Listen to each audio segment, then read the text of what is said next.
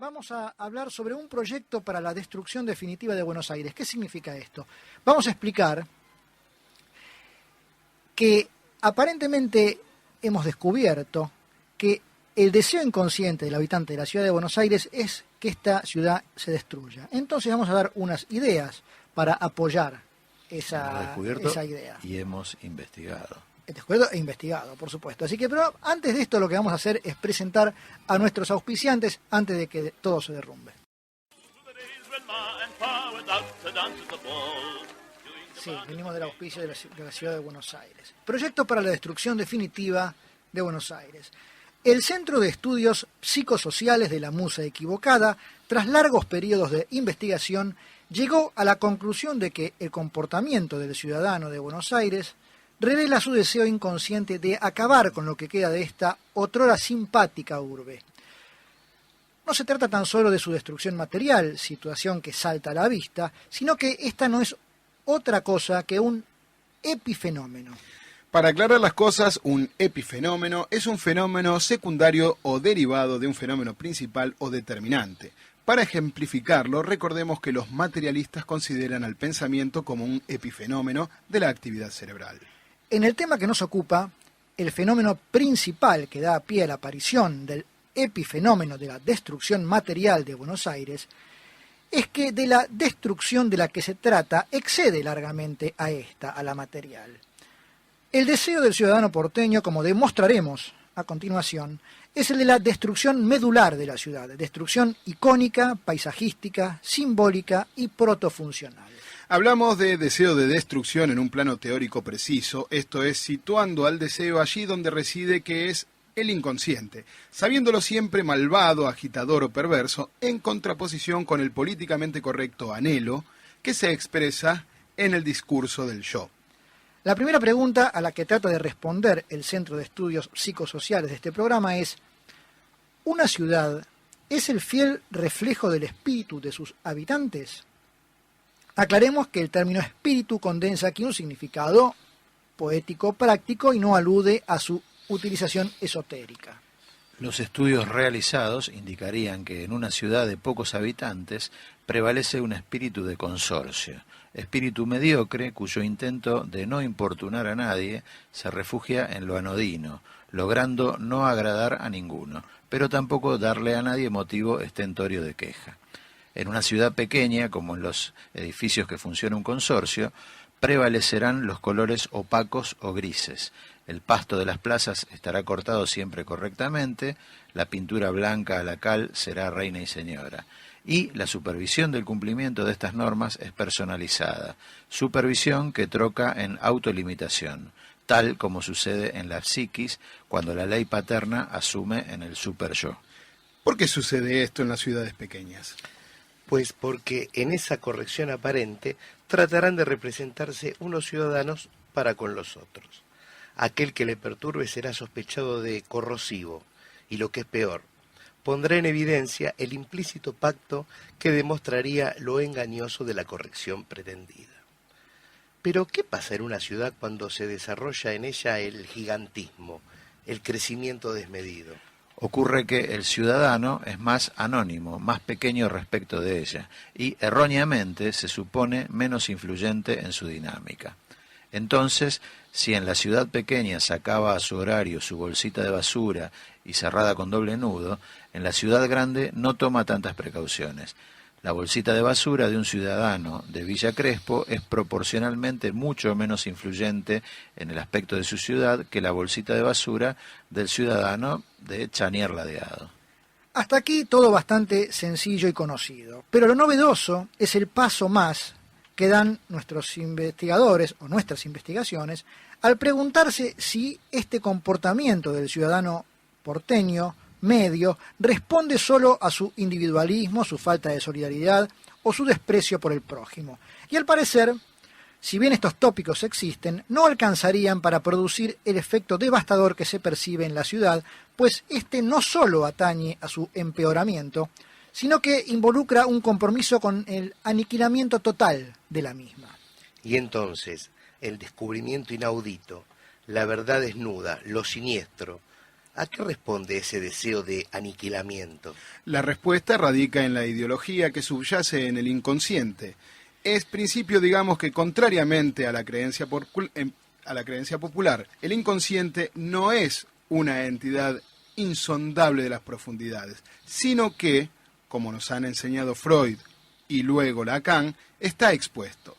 Está expuesto en el discurso y se manifiesta también en ciertas expresiones materiales. ¿Cómo? Citaremos a uno de nuestros filósofos de cabecera, también psicoanalista, que es el esloveno Slavoj Žižek, quien en su libro El acoso de las fantasías explica cómo se produce una exterioridad material como manifestación del inconsciente. Y para ello toma el ejemplo de un monumento que existía en la Unión Soviética estalinista.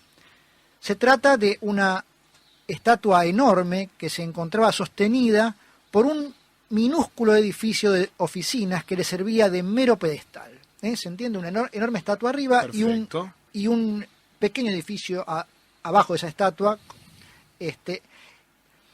que servía simplemente como de pedestal esa estatua. Y nos espolea Žižek con su pregunta. ¿Esto no pone acaso en evidencia, mediante dicha característica externa y material del diseño arquitectónico, la verdad de la ideología estalinista, en la cual la gente real y viva se convierte en un mero instrumento, sacrificada como el pedestal ante el espectro de un futuro hombre nuevo, un monstruo ideológico cuyos pies aplastan a los hombres reales? Bueno, la conclusión a la que llega luego es que esta materialización de la ideología en un objeto concreto exterior pone en evidencia los antagonismos inherentes que no pueden ser reconocidos por la formulación ideológica explícita. Es decir, lo que no puede reconocerse explícitamente se manifiesta en un objeto, una cosa material afuera.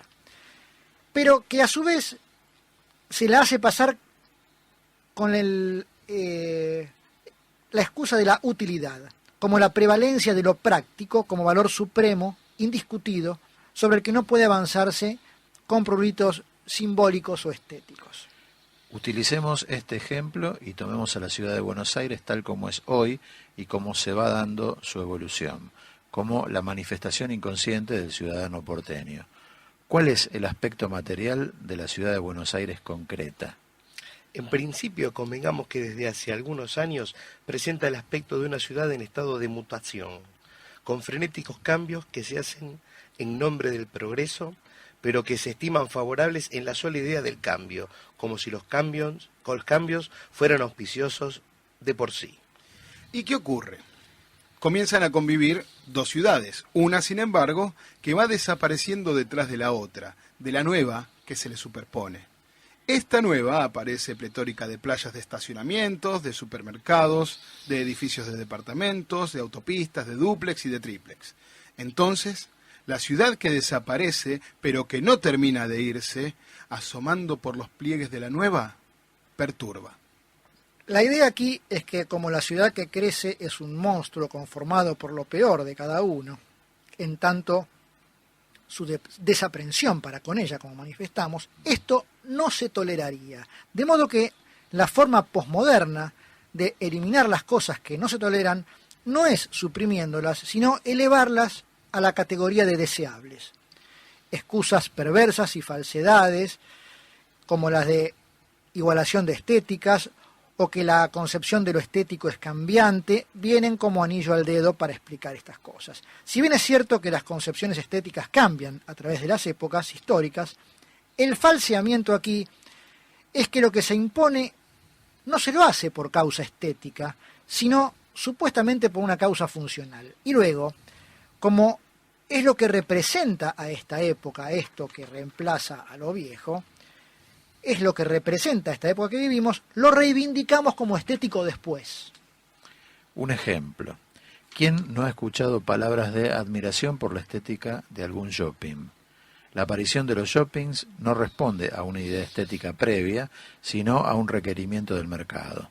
La concepción de lo que un shopping es, de por sí, colisiona con cualquier idea esteticista, por muy pintadito que esté y por muchas bellas promotoras que nos esperan en la puerta con muestras de shampoo. Sin embargo, en estos tiempos, un paseo posible y deseable por muchos ciudadanos porteños es una visita a un shopping. De manera que las conclusiones del Centro de Estudios Psicosociales de la Musa Equivocada revelan que en tanto existe una insuperable incapacidad crítica del ciudadano porteño medio, este desea, sin embargo, obtenerla por decreto. Sus considerandos refieren a un reconocimiento de progreso per se de lo nuevo por sobre lo antiguo. Así es. Y entonces, si es mejor el lavarropas que la fastidiosa tabla de lavar, en su lógica, el lavarropas es además más bello. Y si una autopista es más rápida que una calle, es además más bella. Y si uno nació en el siglo XX, es por ende superior per se a aquellos hombres ingenuos que nacieron siglos antes y que, pobres, perdieron el tiempo teorizando sobre cuestiones estéticas. De manera que todo vestigio de aquella ciudad romántica agrede a la mirada contemporánea. Por tanto, aflora inconscientemente el deseo de destrucción de aquella. Y por ello es que esa destrucción no solo es material, como decíamos, sino medular. La vida moderna es complicada. Por ello, inconscientemente, la ciudad debe reflejar ello y convertirse en un obstáculo. Entonces, ¿no es la Buenos Aires de hoy en el desprecio por lo estético, en la asimilación de la basura como excedente necesario, en su infectación ad nauseam de carteles publicitarios, en su ideal carcelario de supracontrol con cámaras de seguridad, en sus plazas enrejadas, en su fétido olor a clima de negocios y en la elección de unas autoridades que garanticen ese estado de cosas, la exteriorización material de la ideología porteña colándose desde su inconsciente? Pregunta. Por lo tanto, en vista de que la mayoría de los habitantes de la ciudad de Buenos Aires desea su destrucción definitiva como expresión máxima, como clímax de ese deseo, ofrecemos un proyecto para ayudarlo a cumplir su propósito sin culpa. Esto es, manteniendo las apariencias de comportarse como un irreprochable citadino. 1. Desconfíe de las personas que utilizan argumentos esteticistas. Trátelos de románticos, o lo que es peor, de zurditos. 2. Elimine el pensamiento en cualquiera de sus formas. Ante la aparición de cualquier mínimo vestigio de espíritu crítico, consulte inmediatamente con su medio de comunicación hegemónico de cabecera. 3. Reemplace sin dudar cualquier cosa antigua por una similar más moderna. 4. Homologue precio a calidad.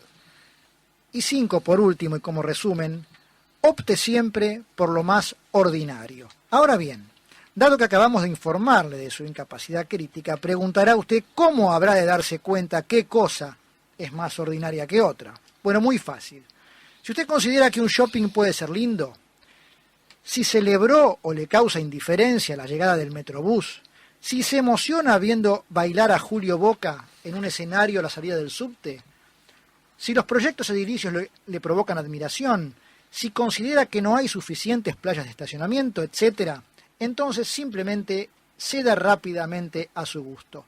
Aquello que más le guste será lo más ordinario. Bueno, esperemos que de algún modo el ciudadano porteño medio sepa valorar este esfuerzo que la Musa Equivocada hace por complacerlo.